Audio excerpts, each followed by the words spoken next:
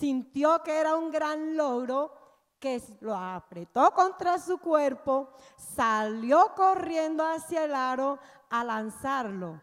Y resulta que la profesora y todas las compañeras empezaron a burlarse de ella, porque ella no tenía ni idea ni conocimiento, reglas básicas de esto.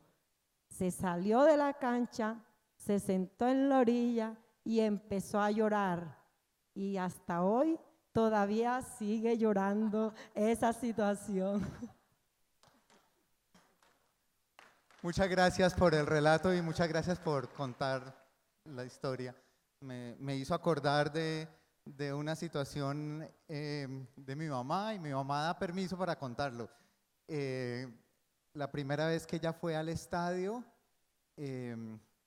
alguien tiró el balón lejísimos al público y ella no sabía mucho sobre fútbol y cantó durísimo ¡Gol!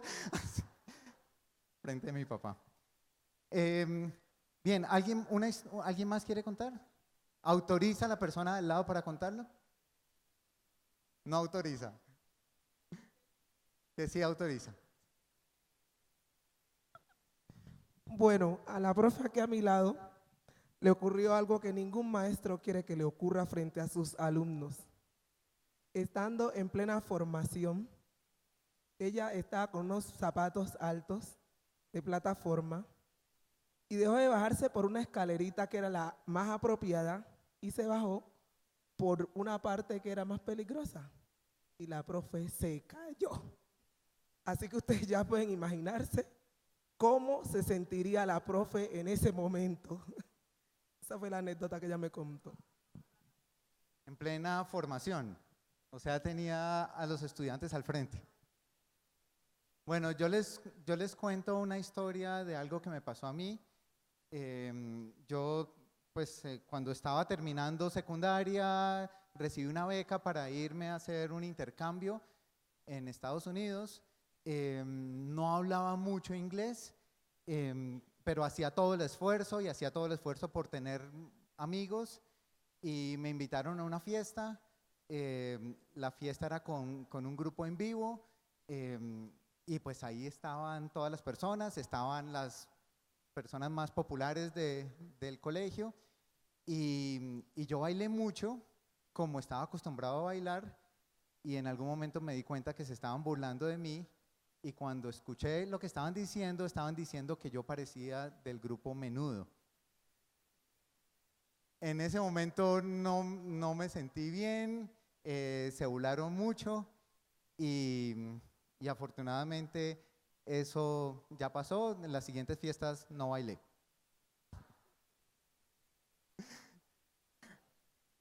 Bueno, quisiera pensar en este tipo de situaciones, pero ¿qué pasaría si este tipo de situaciones no fueran una sola vez?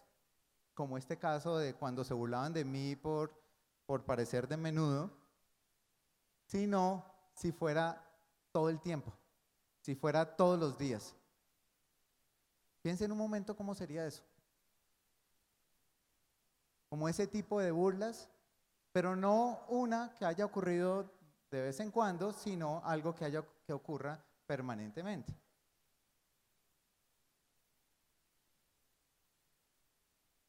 Bien, ahorita quiero que leamos un libro en donde hay un personaje al cual le pasa eso, de que se estén burlando de él todos los días. Y escogí un libro que a mí me gusta mucho por varias razones. Una de las razones es porque el libro tiene como título el nombre de mi esposa, Angélica, y el libro está por acá. ¿Quiénes conocen el libro Angélica?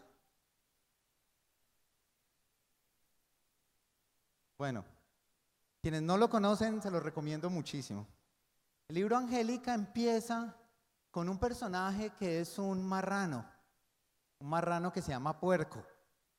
Y es un marrano que quería conocer qué era eso de la vida. Le habían hablado de la vida, pero sabía muy poco y quería vivirlo. Y le dijeron que para poder entrar a la vida había una puerta y que tocaba en esa puerta y si le abrían podía entrar. Y eso hizo. Puerco tocó la puerta, le abrieron, entró y lo que vio le gustó mucho. Y recorrió, fue a unos lugares que le encantaron, miró barcos, miró el agua, miró lagos, le gustó mucho lo que vio. Quiero que leamos un momento, una parte en donde él ya empieza a cuestionar lo que pasa en la vida. Esto es parte del primer capítulo. Y quisiera también pedir ayuda. ¿Hay otro micrófono que pueda usar? Quisiera pedir ayuda para la lectura. Entonces, voy a ir rotando el micrófono. ¿Alguien puede ir leyendo? Por ejemplo, si vamos pasando de párrafo, cada párrafo vamos cambiando. Un día, sin embargo, le dijeron que no podía andar sin rumbo. No voy sin rumbo, estoy descubriendo las cosas, dijo él. No puedes vivir así, tienes que ir a la escuela para aprender a leer y escribir. Y entonces allá fue. Apenas entró en la clase, les dijo ¡hola! A los compañeros y se puso a mirar a todo el mundo con atención para ver de quién se haría amigo. Pero lo miraron de medio lado, le respondieron con un hola serio y pequeñito.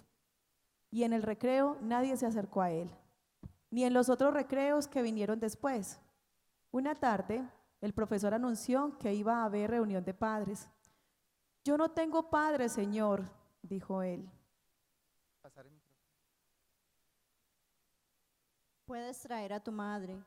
Tampoco tengo madre, señor. Entonces, a un hermano mayor. Pero no tengo hermanos.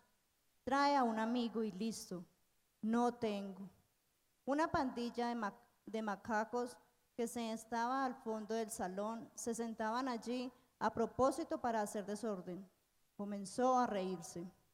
El puerco vio que se estaban riendo de él y se sintió morir. Pensó, ¿acaso no me aceptan porque ellos tienen familia y yo no?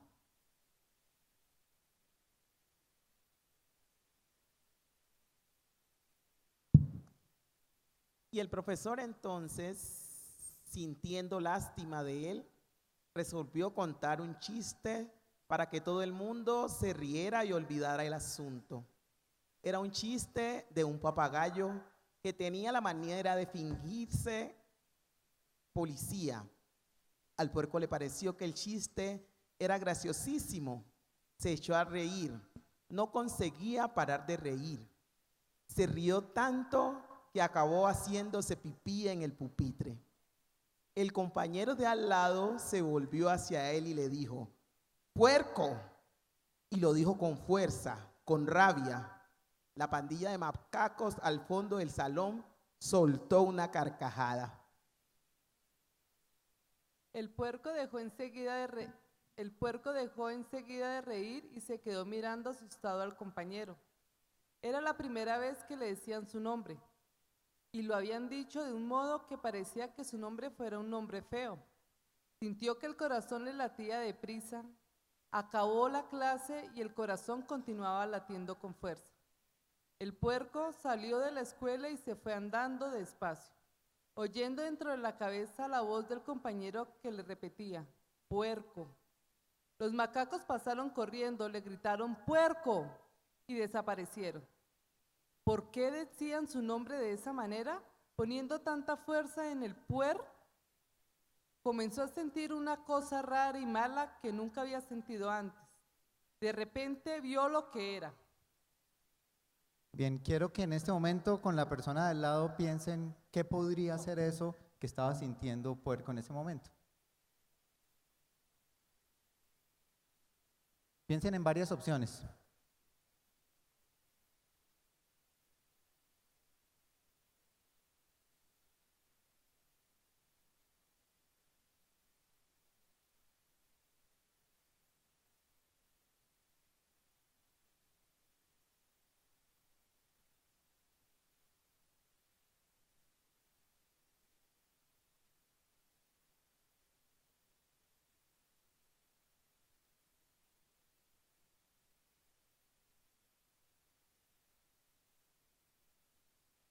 Bien.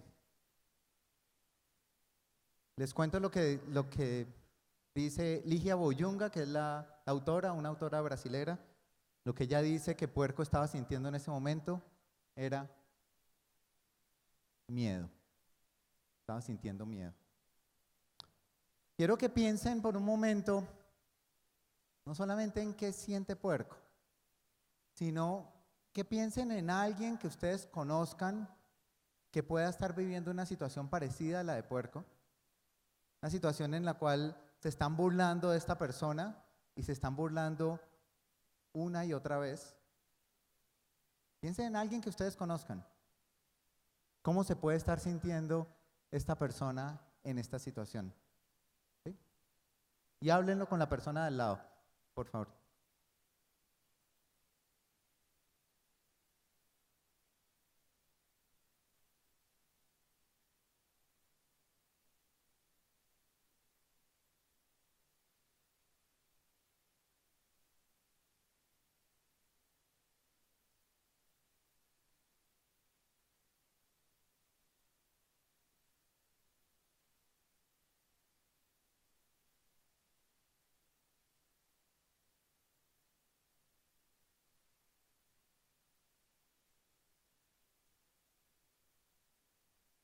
Perdón, y tengo otra pregunta.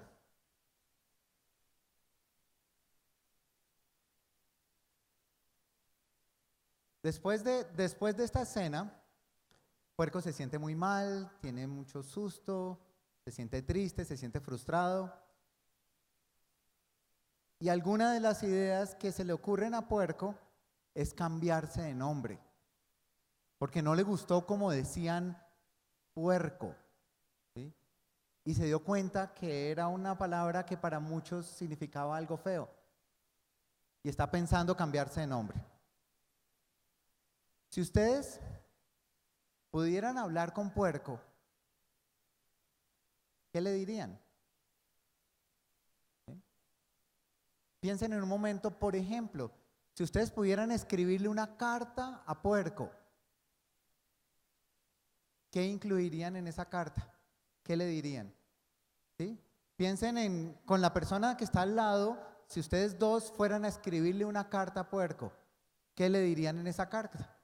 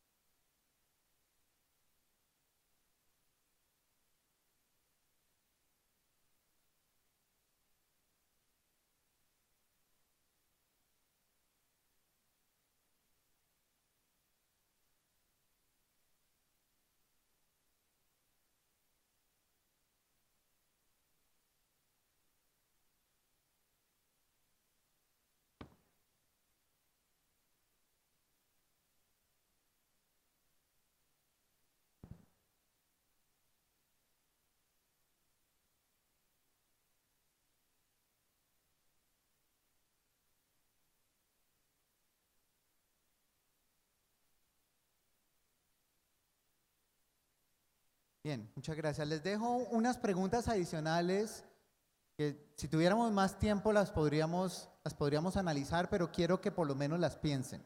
¿Sí? Ahora, no piensen en Puerco, sino que piensen en la persona que ustedes conocen que pueda estar viviendo una situación similar. ¿Qué le podrían decir a esa persona? ¿Sí? Si fueran a escribirle una carta a esa persona, ¿qué le dirían en esa carta? ¿Sí?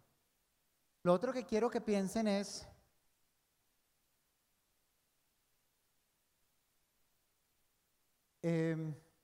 si ustedes estuvieran en el grupo y fueran compañeros de Puerco, ¿qué podrían hacer? ¿Sí? Pero claro, que no fueran parte de la pandilla de macacos, sino que fueran otros que no les gusta lo que pasa. ¿Qué alternativas tendrían? ¿Qué más podrían hacer en esa situación? Bien. Bien, si tuviéramos más tiempo podríamos analizar estas preguntas, pensar en todas las opciones de lo que podrían hacer y pensar en alternativas. ¿Sí? Ahora lo que quiero es que analicemos lo que acaba de pasar. ¿Sí? ¿Qué estábamos haciendo? ¿Qué estábamos trabajando? Entonces quiero que pensemos en qué competencias probablemente estaba tratando de desarrollar esta actividad, esto que acabamos de hacer. Piensen en competencias ciudadanas. ¿En cuáles? Piénsenlo con la persona al lado y yo voy circulando.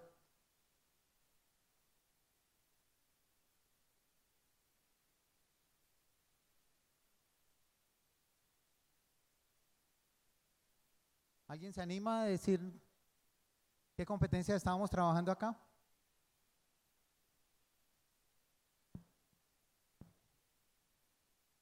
Nosotros estábamos comentando con mis compañeras que muchas veces estas situaciones pasan casi que imperceptibles y como maestros, en la medida en que vemos que la situación se da de manera repetitiva, comenzamos como a generar una reflexión frente a eso.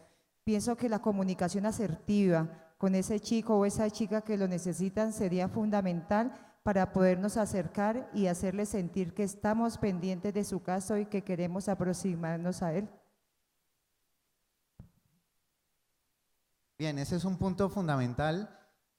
Desafortunadamente muchas de estas situaciones ocurren sin que nosotros los adultos nos demos cuenta y muchas veces nos damos cuenta tarde. Entonces eso es crucial. Sí. En esta situación se trabaja la resolución de conflictos, el ponerse en los zapatos del otro, la empatía y la comunicación.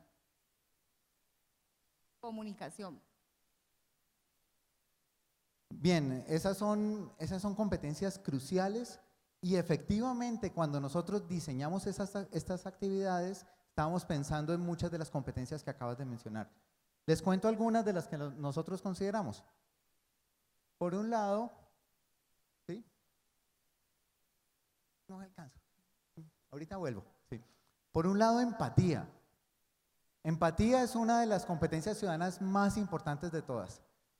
Y aquí estábamos buscando que ellos pudieran hacer una conexión emocional con un personaje ficticio, pero también hacer una conexión emocional con alguien que conocen. ¿Sí? Y la empatía se trata de eso. La empatía es la capacidad de ponerse en los zapatos de otros y poder sentir algo parecido o coherente con la situación que está viviendo otra persona. Si hay alguien que está viviendo una situación difícil, una situación dura, poder emocionalmente estar conectado con esa situación. Y fíjense cómo empezó la actividad. La actividad empezó con que nosotros reflexionamos sobre un momento en donde se han burlado de nosotros y cómo nos sentimos. Y pues que se burlen de alguien es normal y uno se puede sentir mal por ese momento, pero el problema realmente está en cuando eso es repetido, ocurre una y otra vez. Y entonces por eso les hacía la pregunta, ¿cómo se sentirían si esa situación ocurriera permanentemente y permanentemente se estuvieran burlando de ustedes? Eso hace que uno reflexione sobre sus propias emociones y que haga la conexión con un personaje ficticio y con una persona real que pueda estar viviendo una situación real similar. Pero también yo les pedí que pensaran en qué le podrían decir a alguien que está viviendo esa situación o qué le podrían decir a Puerco.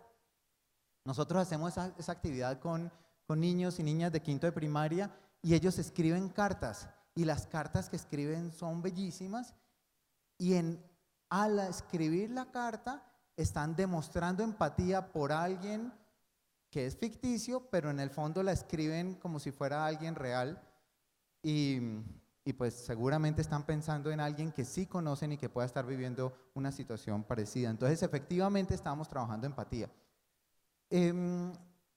Cuando les preguntaba qué podrían hacer si estuvieran en esa situación, ahí nosotros lo que buscábamos es que pudieran generar muchas opciones, pensar en muchas alternativas de lo que podrían hacer. Eso también es una competencia ciudadana fundamental, la capacidad para generar muchas opciones, que es fundamental para el manejo de conflictos, para la resolución pacífica de conflictos, como decía la profesora. ¿Sí? Asertividad, como esa capacidad de defender mis derechos y defender los derechos de otros, pero sin usar la agresión. Aquí estábamos pensando en asertividad especialmente para si uno está en el punto de vista de un compañero mirando esta situación, que no es parte de los macacos que están generando estas burlas, ni es el puerco que está siendo víctima de estas agresiones, sino alguien que está alrededor. ¿Cómo podría esa persona que está alrededor intervenir? Y ese rol que cumplen los que están alrededor es fundamental para cambiar el clima, cambiar el ambiente, la manera como se relacionan los demás. Algo que sabemos de muchas investigaciones es que es crucial el rol que puede cumplir el grupo más que los cambios que uno pueda lograr en personas específicas. Si uno logra cambiar el ambiente y cambiar la manera como los demás van a responder a una situación de burla, si hay una situación de burla y la dejan pasar, es bien distinto a si hay una situación de burla y los otros dicen, no, eso no está bien. ¿Sí? Y estábamos trabajando escucha activa. De hecho, trabajamos aquí escucha activa cuando yo les pedí que escucharan la historia de la persona del lado y que ustedes contaran la historia de la persona del lado. Ahí estaban demostrando que estaban escuchando al otro y es algo que uno puede hacer con los estudiantes y así uno se asegura de que lo están escuchando y que le hacen saber al otro que lo está escuchando. Eso es crucial para la escucha activa. Lo otro que quería mencionar es que pues seguramente hay más competencias ciudadanas que podríamos estar trabajando aquí, pero algo crucial es que lo estábamos haciendo en medio de una clase de español en donde se están trabajando competencias de lenguaje. Estamos trabajando competencias de lectura, competencias de escritura, de narración oral, ¿sí? Y esto es parte de lo que es crucial en este enfoque, que uno no tiene que salirse de un área académica, en este caso cogí el ejemplo del lenguaje, pero podría ser cualquier otra, podría ser ciencias naturales, podría ser ciencias sociales, podría ser educación física, podría ser matemáticas, podría ser arte. En cualquiera de estas uno puede incluir estrategias pedagógicas que estén promoviendo este tipo de competencias y que a la vez estén desarrollando el área académica en un contexto que es muy motivante para los estudiantes. Quiero contar un poquito más sobre eso.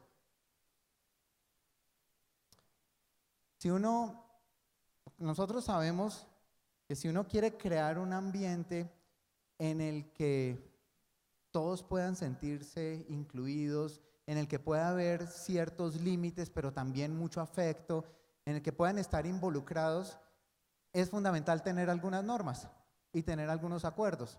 Aquí solamente usé una, pues por razones de tiempo no alcanzamos a trabajar más las normas.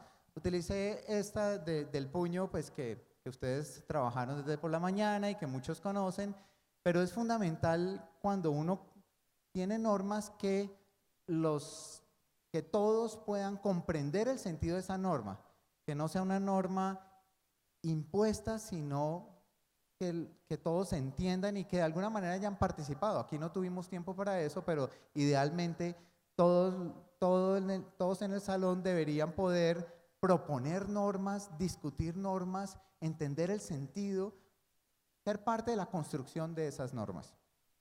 Por otro lado, aquí estamos practicando algunas competencias específicas y eso hace parte del diseño de la actividad. La actividad, cuando nosotros diseñamos actividades de competencias ciudadanas, siempre pensamos, bueno, ¿qué competencia vamos a hacer? Y muchas veces no le apuntamos a todas, le apuntamos a algunas. De hecho, en los trabajos que nosotros hacemos en el programa Aulas en Paz, hay unos grados en donde le apuntamos casi todo el grado a solamente 3 competencias y hacemos muchas actividades centradas en esas competencias, ¿sí? Como a propósito diseñadas para desarrollar esas competencias. Y esas competencias, algo que es crucial, es que no se desarrollan con el discurso. Si ven, en esta actividad que hicimos, quizás la competencia principal que estábamos tratando de desarrollar es empatía. En ningún momento yo dije algo así como, ustedes tienen que ser empáticos. De hecho, en ningún momento mencioné la palabra empatía. Es decir, esto contrasta radicalmente con un enfoque en donde el profesor o la profesora está al frente diciéndole a los estudiantes cómo tienen que ser. ¿Sí? Aquí lo que hacemos es diseñar las actividades para que durante la actividad tengan que ponerse en los zapatos de otros, pensar en lo que sentiría si estuviera en esa situación, pensar en cómo se sentiría esa otra persona, pensar en la persona que tengo aquí al lado mío y que puede estar viviendo algo parecido, cómo se puede estar sintiendo esa persona. Es decir, la actividad llevaba a ponerlos en esa situación sin tener que yo, por el discurso, decirles, ustedes tienen que ser empáticos, ustedes tienen que ser respetuosos, ustedes tienen que ser tolerantes. Sabemos que esos discursos se quedan grabados y los estudiantes los pueden recitar y pueden decir, no, es que yo debo portarme bien, yo no debo tratar mal a los otros, yo debo cumplir las normas. Un discurso así que tiene una desconexión radical con lo que hacen en su vida cotidiana. Aquí lo que se está buscando es que por medio de la práctica estén desarrollando esta competencia que les permita después usarlo en situaciones cotidianas. Integrado con las áreas académicas, como les estaba diciendo. De hecho, nosotros hemos hecho trabajos en prácticamente todas las áreas y siempre se puede. Haciendo puentes con la vida cotidiana. Esto es fundamental, esto sabemos que le da mucho más sentido a lo que los estudiantes están haciendo. Aquí, ¿qué estábamos haciendo? Estábamos mirando una historia completamente ficticia, pero la estábamos relacionando con sus propias vidas, situaciones donde se hayan burlado de ellos o relacionándolo con la vida de la persona que está al lado de ellos. Esos puentes le dan mucho más sentido a aquello que puede en principio parecer lejano. Algo muy interesante para esto es lo que se puede hacer con ciencias sociales, especialmente con historia, en donde se analiza eventos de la historia y todo el tiempo está haciendo puentes con situaciones que yo puedo estar viviendo o que yo puedo estar experimentando alrededor mío y que se parecen mucho, y mandando el mensaje de eso que vemos allá en la historia y que muchas veces terminó haciéndole mucho daño a muchas personas. ¿Qué puedo hacer yo para que algo parecido no pase a mi alrededor? ¿Cómo yo me puedo comprometer a cambiar la historia? ¿Sí? Es crucial que este tipo de normas se conviertan en algo que se practica en la vida cotidiana. Si yo tengo una norma, por ejemplo, en el grupo diciendo, una de las normas que tenemos nosotros en los grupos es, si están tratando mal a alguien, todos tenemos que decir que eso no está bien. Todos tenemos que tratar de frenar una situación donde se pueda estar tratando mal a otros. Y entonces, ¿qué hace un profesor o una profesora? Define estas normas con los estudiantes, ¿sí? Y lo que hace es recordarles en las situaciones cotidianas que han definido esas normas y que las pueden usar. Nosotros, de hecho, usamos símbolos para eso. Hay un símbolo que a mí me gusta mucho que se llama coro del loro. Esto es para los chiquitos, ¿no? Para los adolescentes hacemos lo mismo, pero sin el símbolo. A los adolescentes no les vamos a hablar de coro del loro, ¿no? ¿Sí? Pero con los chiquitos sí definimos la regla de coro del loro, y coro del loro lo que quiere decir es que si yo veo que están tratando mal a alguien, todos como un coro del loro intervenimos para decir ya no más. ¿Sí?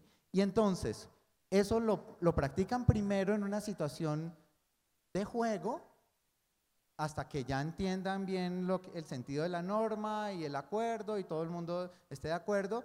Y después, cuando hay una situación donde se están burlando de alguien, donde están excluyendo a alguien, donde están ofendiendo a alguien, lo que hace la profesora, lo que hace el profesor es decir, acuérdense que ustedes ya conocen coro del loro.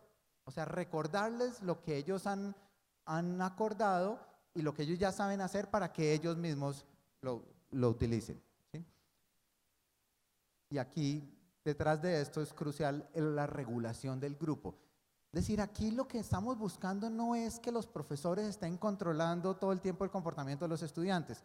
Lo que estamos buscando es desarrollar en los estudiantes la capacidad para que ellos mismos puedan identificar situaciones donde se está tratando mal a otros y ellos mismos puedan ayudar a incluir a los que están excluidos, a frenar situaciones de maltrato, a prevenir situaciones de acoso escolar, situaciones de bullying, a resolver ellos mismos los conflictos que tengan, ¿sí? Para que el rol fundamental sea desarrollar en ellos las competencias para que ellos puedan utilizarlas en sus vidas cotidianas.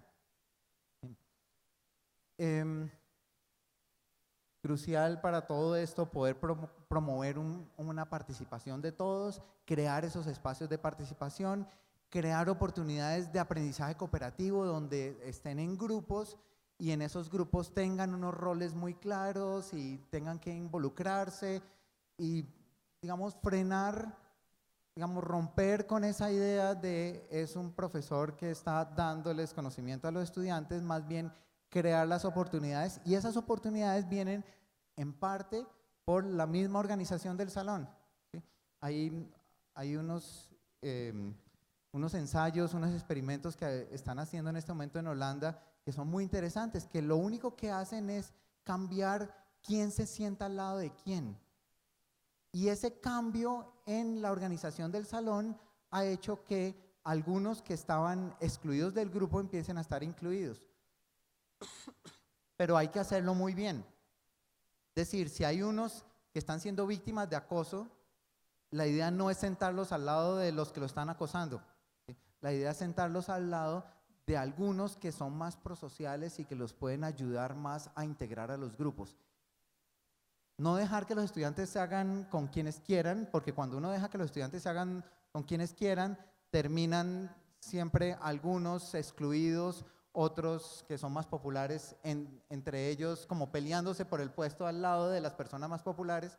Pero si uno los organiza de una manera inteligente, donde todos pueden estar cerca de algunos que los ayuden a integrar, uno puede romper situaciones, por ejemplo, de exclusión o de discriminación, ¿sí? Y quizás el punto con el que quiero terminar es, nosotros los docentes tenemos un rol fundamental. Nosotros tenemos un rol fundamental para crear esos ambientes que puedan permitir que la experiencia de aula sea una experiencia divertida, una experiencia con mucho sentido, que puedan ver la relación con sus vidas cotidianas, que puedan ser libres de situaciones de maltrato o de angustia. Parte de eso está en pensar en dos dimensiones. Por un lado, la dimensión de afecto, cuidado, la dimensión emocional, que las personas se sientan conectadas emocionalmente, y por otro lado está la dimensión como de normas, límites, una estructura, ¿sí? Y a mí me preocupa mucho cuando veo extremos donde hay solamente el cuidado y el afecto, pero no hay límites, no hay estructura, no hay normas. Si hay normas no se hacen cumplir. Entonces los estudiantes se sienten que pueden hacer lo que quieran, ¿sí? Y esos ambientes de aula son un desastre, ¿sí? A pesar de que el profesor, la profesora quiera brindarles todo el afecto, todo el apoyo, todo el cuidado, ¿sí? Y por otro lado, también me estresa mucho cuando veo situaciones en donde un profesor o una profesora tiene unos límites, tiene unas normas, pero las impone a la fuerza, sin que los estudiantes entiendan por qué. Y terminan haciendo las cosas por miedo a un castigo, miedo a una sanción. Hay alternativas para combinar las dos. Hacia eso tenemos que ir, hacia que haya afecto, que haya cuidado, que haya unos límites claros, pero que sean unos límites razonables, que todos los puedan entender. Y un límite claro es no tratar mal al otro, ¿sí? Y reglas así muy sencillas, pero que estén aplicadas consistentemente, en donde ellos sientan que están en un ambiente seguro, donde no los van a tratar mal, donde si dicen algo que es un error, no se van a burlar de ellos, ni el profesor ni la profesora se va a burlar de ellos, ni los compañeros. Y si hay burlas, si hay maltratos, en ese ambiente, tanto el profesor, la profesora, como sus compañeros van a decir, oiga, aquí eso no está bien. Ese es un ambiente que combina afecto con límites, y hacia eso tenemos que ir. Me acabó el tiempo, muchas gracias. Quique, muchas gracias. Acá estoy. ¿Cómo vamos, profes? ¿Listos para recibir a la otra persona que viene a darnos su testimonio? ¿Estamos listos? La persona que viene. Marta Bonilla, profesora toda la vida, de colegios y en universidades. Viene de la Universidad Distrital Francisco José de Caldas. Ha sido formadora de maestros y es una pionera en la investigación en didáctica de las matemáticas. Adicionalmente, es miembro fundador y tesorera de la Asociación Colombiana de Matemáticas Educativas, ASOCOLME. Con un fuerte abrazo, si quieren le pueden dar un abrazo, pero mejor un aplauso. Le doy la bienvenida a Marta Bonilla. Bienvenida.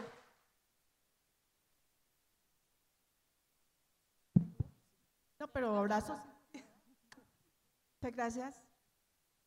Bueno, agradezco a todos y a todas por estar acá y en especial a quienes han organizado este foro que una vez Laura y Paola me contaron cómo iba a ser, pues yo me entusiasmé.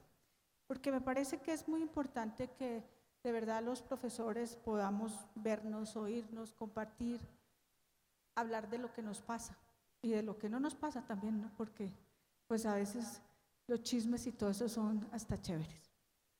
También agradezco al profesor Enrique que sin proponérselo me hizo todo un ámbito para trabajar lo que yo espero comentar con ustedes, que es un aspecto sobre la inclusión.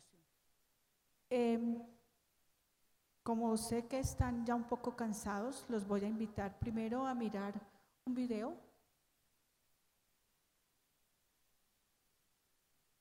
Más o menos dura unos 7, 8 minuticos, los voy a invitar a mirarlo y luego vamos a comentar algo.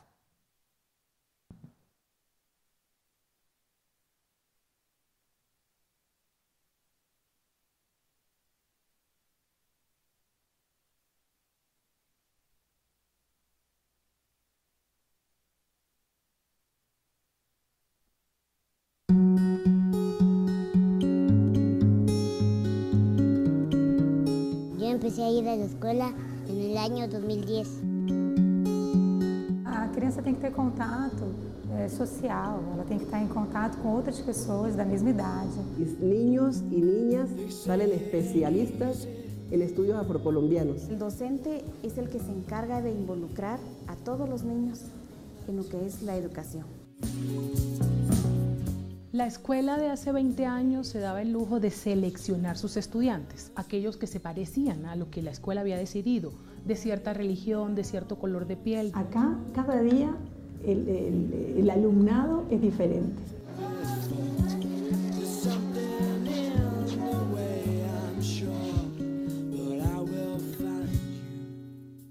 Los ministros de Educación y los jefes de Estado y de Gobierno decidieron poner en marcha en el año 2010 un gran proyecto educativo.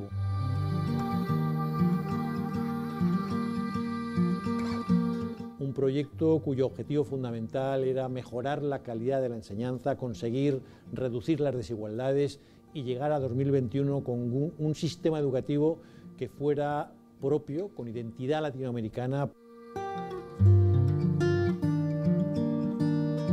Tuvimos especial sensibilidad hacia la equidad en la educación. La educación es un derecho reconocido para todas las personas, es una garantía para su desarrollo, es una garantía para su futuro. En esa perspectiva incorporamos el proyecto de inclusión educativa, es decir, conseguir que todos los alumnos estudien juntos, que todos los alumnos aprendan juntos de acuerdo con sus diferencias. La educación inclusiva se caracteriza justamente por esta capacidad de atender a cada niño según lo que es y en función de sus propias necesidades. Ninguna ninguna cultura vale más que otra, ninguna capacidad o ningún niño vale más que otro, sino que todos tienen un igual valor en dignidad y en derechos.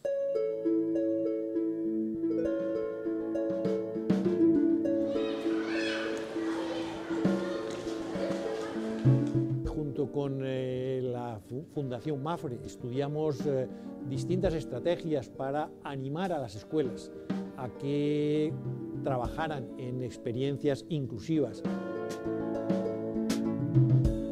Vimos que en Latinoamérica los niños con discapacidad tenían muchísimos problemas, no solo para escolarizarse, sino para una vida medianamente normal. Determinadas minorías étnicas tenían exactamente los mismos problemas. Es más, en determinadas zonas y en determinados países, incluso las niñas tienen menos posibilidades de escolarización que los niños.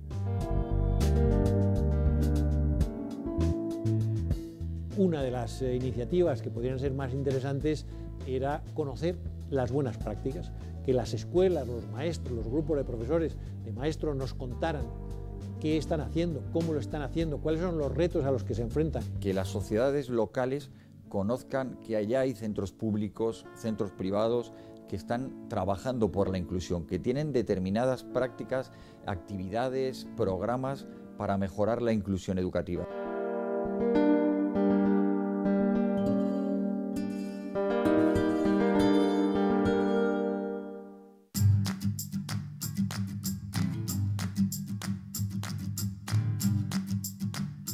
Educação inclusiva é a gente pensar que todas as crianças, né, de qualquer país, de qualquer comunidade, tenha direito de estudar numa escola junto com todas as outras crianças. Produzir escolas democráticas, eu acho que esse aqui é o foco principal da construção da inclusão educacional. É tudo muito participativo, eles estão sempre em contato, então é o dia inteiro com esses professores. Virados muito para o esporte, é muito incentivada essa parte esportiva aqui dentro da escola.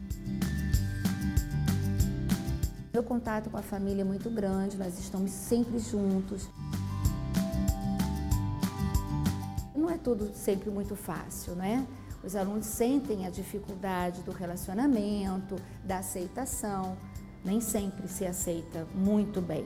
Então, isso é uma conquista que a escola vem fazendo com os alunos para que possa se ter um bom resultado. Compreender que apesar de uma aparência de dificuldade ou de impossibilidade, aquela pessoa pode aprender e ela tem que ser ensinada para que ela possa aprender.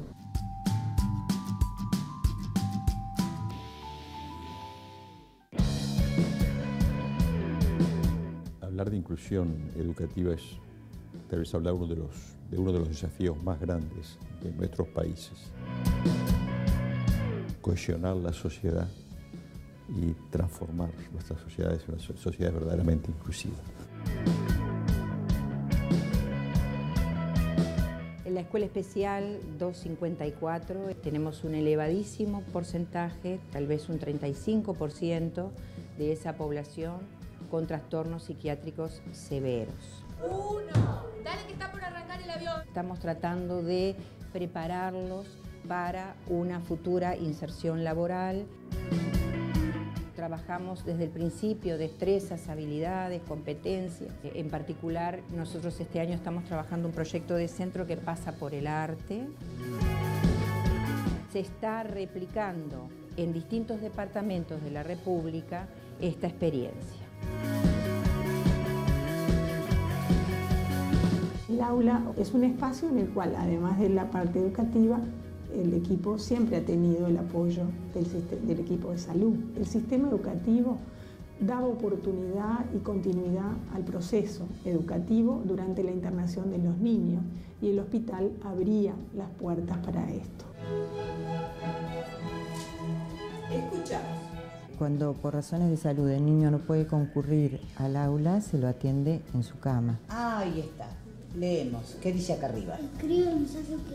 Día a día cambia la cantidad de niños. Hay niños que alcanzan a venir 2 o 3 días y hay niños que permanecen más de un año.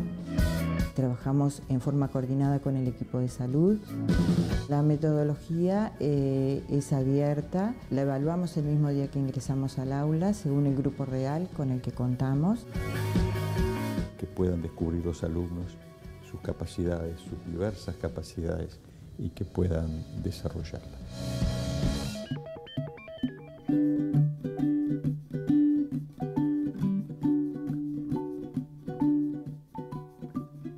El colegio está a menos de 3 cuadras, 3 calles, de la zona de tolerancia de Bogotá, quiere decir la zona de prostitución de Bogotá. Lo primero que tienes que hacer cuando llegas a una escuela de educación inclusiva es reconocerte como diferente. Buenos días. Buenos días. En la actualidad nosotros desarrollamos un programa específico de atención al aula regular de niños con déficit cognitivo leve y autismo. Nuestras prácticas educativas en los últimos 4 años están hechas tendientes a lograr que todos los niños sean visibilizados como diversos.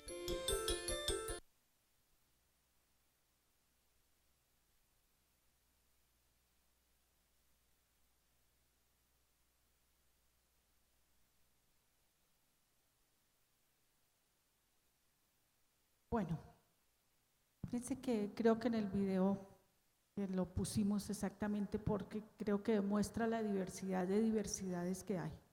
Y Colombia es un país diverso, Colombia es un país biodiverso, Colombia tiene etnoeducación, etnomatemáticas, en Colombia hay una gran diversidad cultural y todas esas diversidades debemos reconocerlas. ¿Cómo ha transitado la idea de la educación inclusiva o de la inclusión en educación? Pues primero, podríamos decir que para la época del siglo pasado, pues lo que considerábamos era que había personas bobas, pues que esas personas había que segregarlas, muchas no entraban a la escuela, muchos estaban escondidos en las casas. Después pasamos a una cuestión más de pobrecitos y hay que dejarlos entrar, una idea como más de segregación, pero de un reconocimiento, existen. Son distintos a nosotros, pero existen. Luego ya en la época de los 90 hemos pasado a la idea de necesidades educativas especiales. Esta idea de necesidades educativas especiales sobre todo es reconocida para personas con discapacidad, que así se llaman, discapacidad visual, auditiva o alguna discapacidad física. Muchos se integraron a las aulas, muchos de ustedes tienen que tener estudiantes hoy que son pues ciegos, sordos o están en una silla de ruedas, tienen algún impedimento, digamos, de movilidad. Y estas personas se supone que como tienen diversas necesidades especiales, hay que atenderlas de alguna manera. La idea de la integración, o sea, son personas que se integraron al aula, pero que muchos de nosotros como profesores no tenemos herramientas para trabajar con ellos. ¿Bien? Muchas veces las personas ciegas o las personas sordas o discapacidad o con discapacidades cognitivas, por ejemplo, fueron puestas en un aula, pero allá segregaditos, allá quieticos, solitos y haga lo que pueda. ¿Sí? Que yo pues aquí mientras trabajo con los demás. Todo lo que hoy se habla en cambio de inclusión es efectivamente reconocer que todos podemos aprender, que la educación es para todos, que lo que pasa es que todos tenemos distintas capacidades y que esas capacidades se pueden desarrollar, porque alguien sea ciego no quiere decir que sea bruto, sino que tiene otros sentidos a través de los cuales aprende. Si alguien es sordo, tampoco es bruto. Si alguien tiene discapacidad cognitiva, tiene alguna capacidad para ser desarrollada. Mucho más con los problemas nuestros sobre las etnias.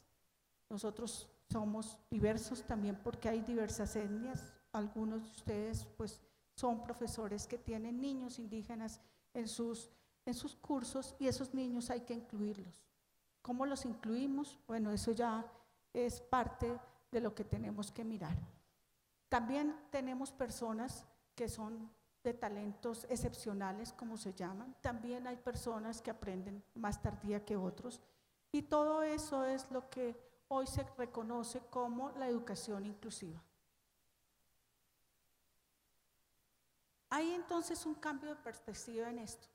El cambio de perspectiva es todos tenemos que reconocernos como diferentes y en la diferencia aprendemos. La diferencia es una oportunidad para aprender, es una oportunidad para aprender de otros, de lo que el otro puede hacer. Yo puedo preguntarme, porque yo soy vidente, ¿cómo yo podría aprender sin ver? Y si ustedes pueden hacer, por ejemplo, el ejercicio, cierren los ojos a ver si ustedes son capaces de caminar derecho de aquí para allá, ¿sí? Sin ver. Y eso lo hace un ciego bien. O sea que ese es más competente que nosotros, videntes, porque nosotros no podríamos hacer eso sin ver. Pero es porque nosotros, y fíjense que toda la educación nuestra está hecha casi que visualmente. Yo podría, por ejemplo, decir en matemáticas, que es el área de la cual manejo algo, casi todas las matemáticas están hechas para los videntes. Incluso cuando nosotros hablamos en el tablero, ustedes dicen, mire, ¿sí ve? Aquí, lo ve así, hace así, es para allá, es de la derecha, es a la izquierda. Pero eso no lo va a entender una persona ciega y de pronto tampoco una persona sorda, por ejemplo. Y entonces, ¿qué tenemos que hacer para incluir a esas personas? Hay entonces todo lo que se llama la adaptación de la institución a las necesidades de las personas y no las personas a la institución, que es lo que nosotros estábamos pensando.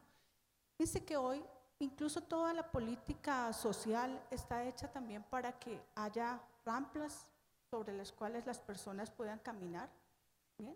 No solo indicaciones para los ciegos, sino también para las personas que están en una silla de ruedas, por ejemplo.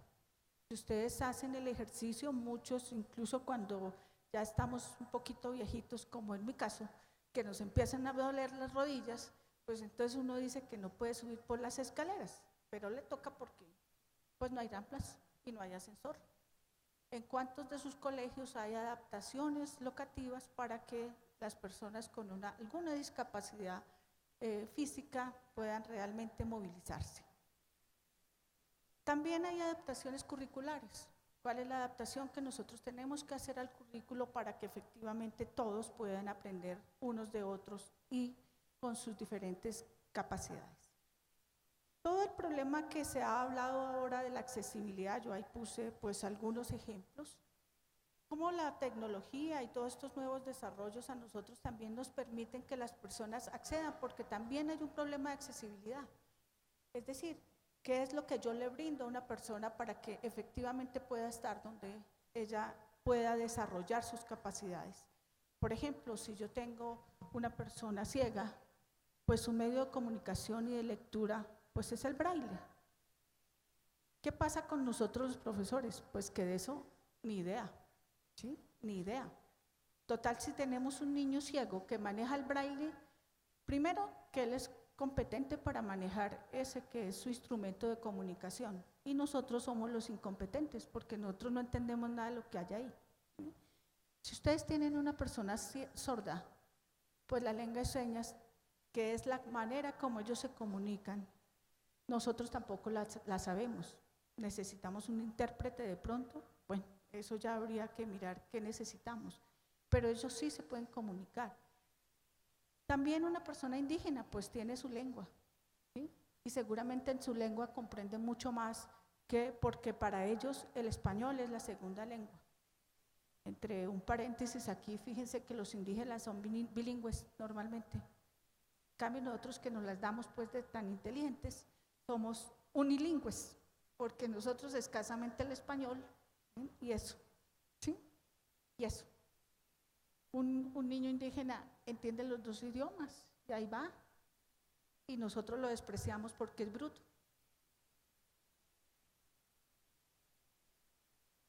Superior a la que nosotros tenemos.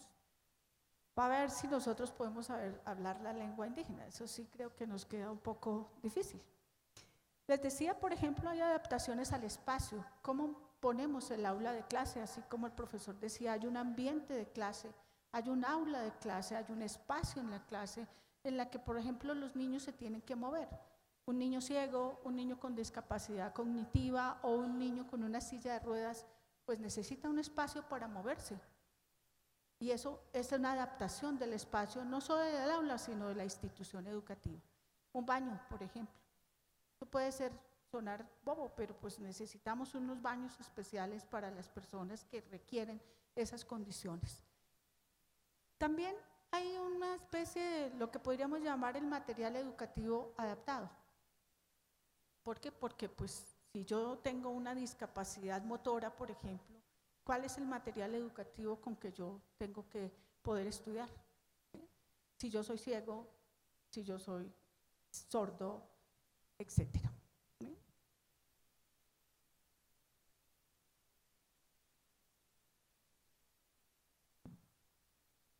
Decía que el profesor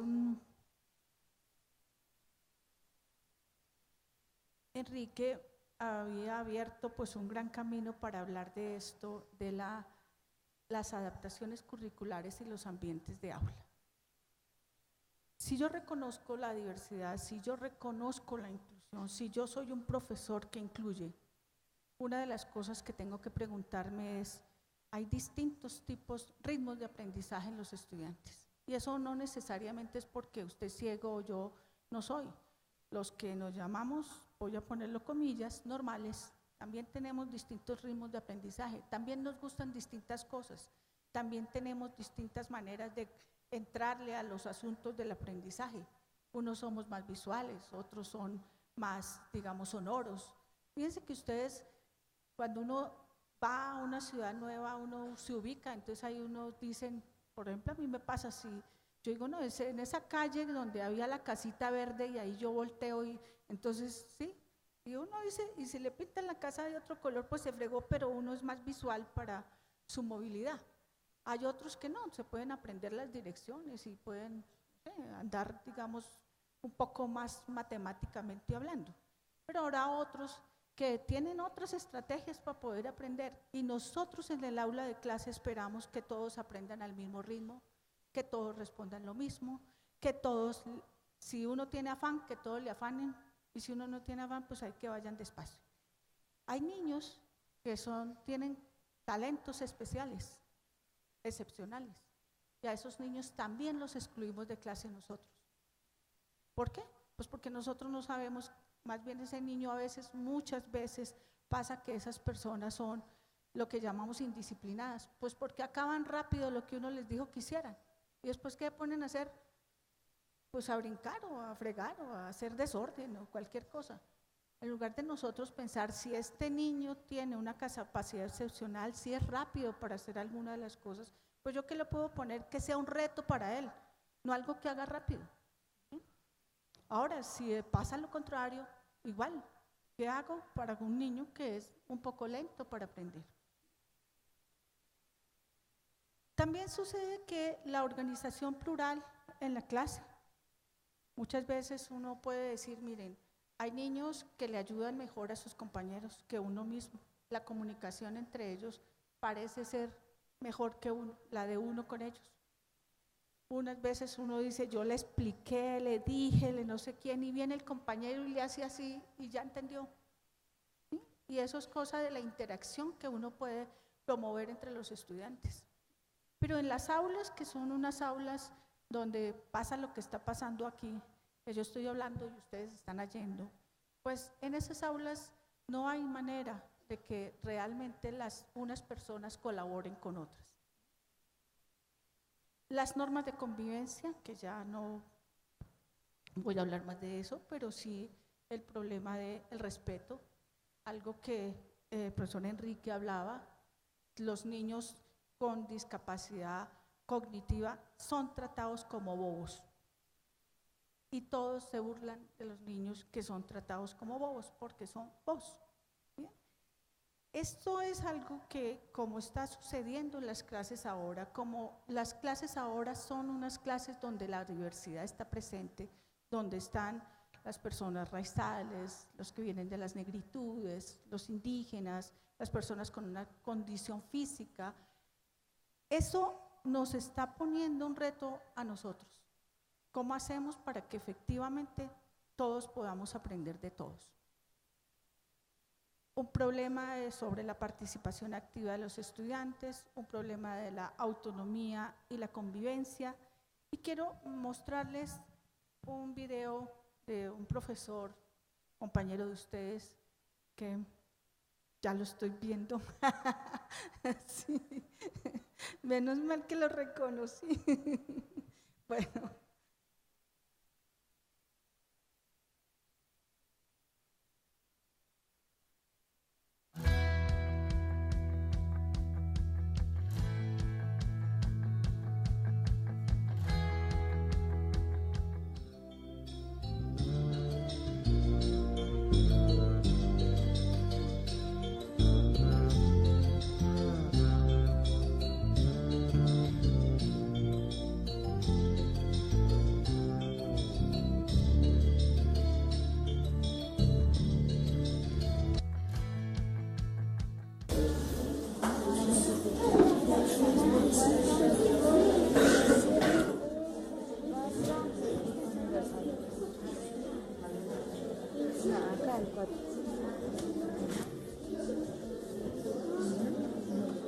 Ahora 6 por 2 es 2. Entre esta y esta. Ahí estuve 2. No. Ahí está caliente.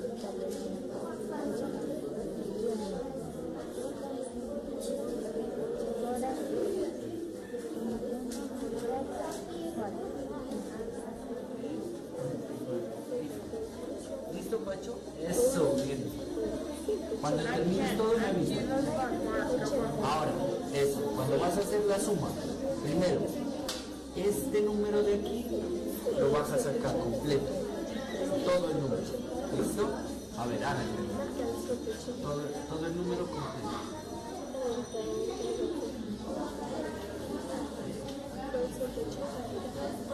Listo, perfecto. Ahora, este número de aquí también lo vas a sacar. ¿Sí? O sea, ¿cuánto tendrías que poner este número aquí? ¿Cuánto tendrías que poner aquí? 9, ¿cierto? Entonces empieza 1, 2, 3, 4, 5, 6, 7. Como cambio de color, 7, 8 y 9. Listo. Y ya acabaste con las unidades. Ahora con este de aquí, ¿cómo haces? Entonces, eso, hágalo.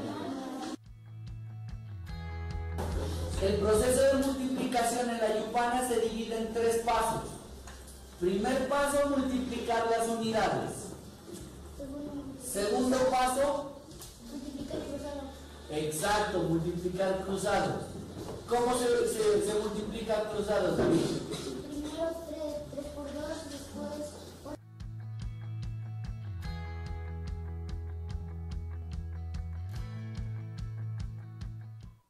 Bueno, voy a hacer algo que no estaba aquí, pero que es que como lo tengo, entonces yo quisiera que el profesor nos contara cómo es su clase y por qué usa la Yupana.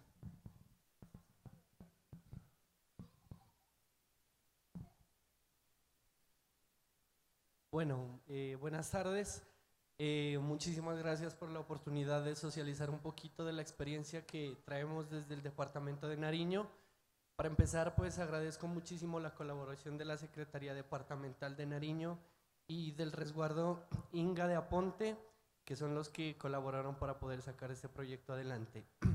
La iniciativa que nosotros adelantamos en la institución es implementar herramientas ancestrales. En este caso es uno de los ejemplos que trabajamos, el abaco ancestral conocido como la Yupana, que es una herramienta de la cultura incaica para desarrollar competencias matemáticas en cuanto a la comunicación, a la representación, a la resolución y al planteamiento de problemas. Esos son unos aspectos que desarrollamos dentro de la propuesta dentro de un contexto cultural, o sea, respaldado por los principios del Ministerio de Educación en cuanto a la inclusividad, tanto cultural como, si vieron ustedes hay unos apartes del video, trabajamos también con 2 estudiantes que tienen déficit cognitivo, ¿sí? Tienen necesidades educativas especiales de tipo cognitivo. Ani es leve y la de Francisco es profunda.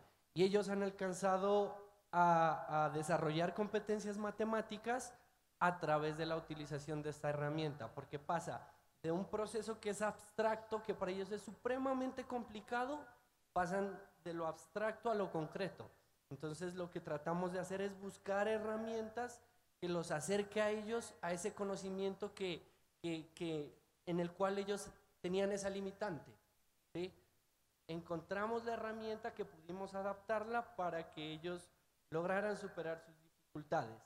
En el marco de la cultura, o sea, tenemos 3 aspectos ahí: los conocimientos y las competencias exigidas por los estándares, solicitadas, o sea, que todos tenemos que cumplirlas, orientadas por el Ministerio de Educación. Estamos también ahí respaldando el trabajo de las autoridades del territorio que nos solicitan fortalecer la cultura, y estamos fortaleciendo muchísimo lo de inclusividad. Y pues esos son los aspectos que hemos tratado de forma general. Gracias.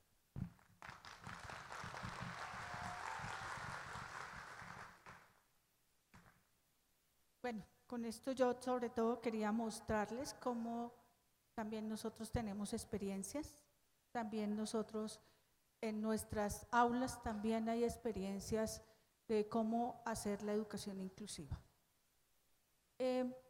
La UNESCO ya desde el 2006, porque esto no es una cosa que nació ayer, es una política que se ha venido desarrollando, pero que en nuestro país pues está venida ya armándose desde algunos años.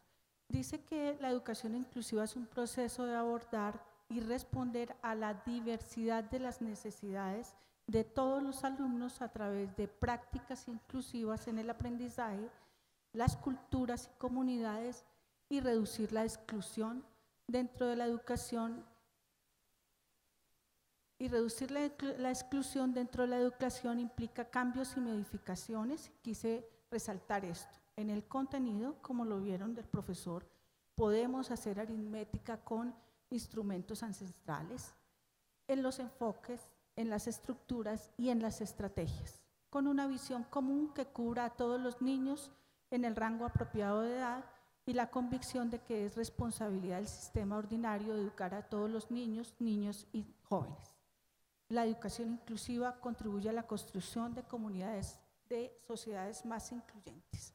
Esta mañana la ministra nos decía, vamos hacia el posconflicto, cómo vamos a incluir a estas personas que han estado tradicionalmente en la guerra, en una situación de vulnerabilidad, por ejemplo, cómo vamos a hacer para que ellos sean incluidos en la educación.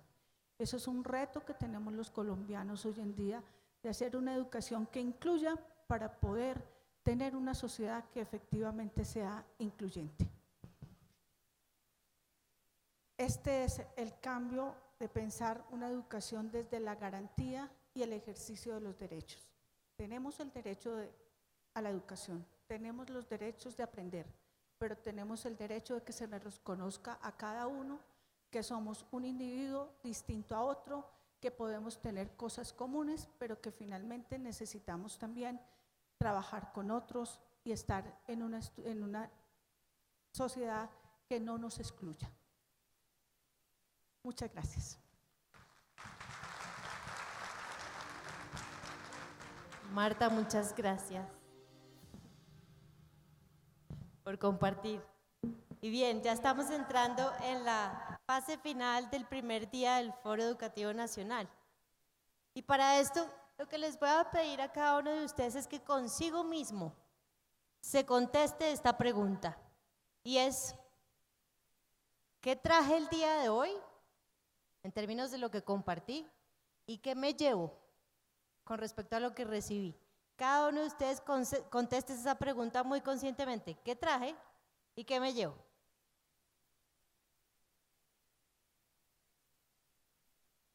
Y con la persona que tengan más cerquita, la de al lado, le voy a pedir el favor que le dé un espaldarazo y le dé las gracias por haber venido y por estar acá. Así que con la persona al lado, déle las gracias, un abrazo si quiere, estire la mano, preséntese si todavía no lo ha hecho.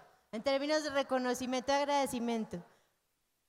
Así que muchas gracias a todos, profes, por venir. Y es importante lo siguiente, no se me vayan todavía, por favor denme 5 minuticos importantes. Y es reconocer la importancia del cumplimiento, reconocer una vez más la importancia de la participación activa de cada uno de ustedes, donde recibe y donde da. Y el día de mañana seguimos otra vez con una cantidad de posibilidades de aprendizaje y de seguir enriqueciéndonos en términos de compartir experiencias.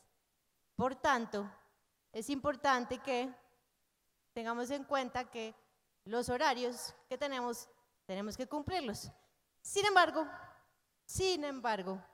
por ahí varios profesores se nos han acercado y nos han hecho comentarios acerca de partido de fútbol. Alce la mano aquella persona que estaría interesada en ver el partido de fútbol mañana. ¿Quién dijo yo? Más bien. ¿Quién dijo yo? Varios yo. Ok. Tenemos la siguiente propuesta, pero esto necesito que sea un acuerdo colectivo, ¿ok? Entonces, el horario que tenemos de inicio originalmente, si me ayudan proyectándolo, por favor, es de 8 de la mañana, bien, donde seguimos con clases. Este es el cronograma original, bien, para que lo tengan ahí presente. Si seguimos tal cual como está, entonces lo que va a pasar es que la franja donde se nos va a ver afectado, en teoría, ¿no? Nuestras clases van a ser donde está en rojo, de 3:30 a prácticamente 5 de la tarde. Como varios alzaron la mano, bien, y este es un foro de maestros para maestros, les tenemos la siguiente propuesta, y es esta. Que iniciemos mañana a las 7 de la mañana, lo que quiere decir que estemos 10 minutos antes o 15 haciendo el registro para que realmente 7 en punto estemos acá, dando inicio, ¿ok? ¿Qué hacemos? Ajustamos tiempos ¿dónde? En refrigerios, ¿bien? Para poder maximizar la experiencia que tenemos y poder lograr compartir una tarde de maestros para maestros donde podamos ver el partido mañana. ¿Qué tal les suena? Partido se puede ver en estas pantallas. Así que aquel que estaba pensando en salir para otro lado, pues no pierda este papayazo, ¿sí o qué? ¿Bien? Entonces, ¿les suena? Compromiso de todos mañana faltando un cuarto para las 7 de la mañana y la misma actitud que han tenido el día de hoy. Perfecto, un muy fuerte aplauso para cada uno de ustedes. Muchas gracias, nos vemos mañana. Por favor, un anuncio importante para algunas personas es si se encuentran una escarapela, hay una persona que se le quedó una cédula dentro de su escarapela, súper recomendado. Y en el salón 124 a alguien se le quedó una chaqueta de cuero. También les recomiendo que si lo encuentren lo traigan acá. Y hay un saco blanco acá en el escenario. Adicionalmente les pido el favor a los formadores del PTA, ahí está el saquito, ¿sí? Y a los coordinadores de calidad del ministerio que por favor se dirijan al auditorio Francisco Radke que queda en el edificio donde está la biblioteca en el 3er piso. Por favor, diríjanse allá, los formadores del PTA y las personas de dirección de calidad del ministerio. Muchas gracias a todos, nos vemos mañana.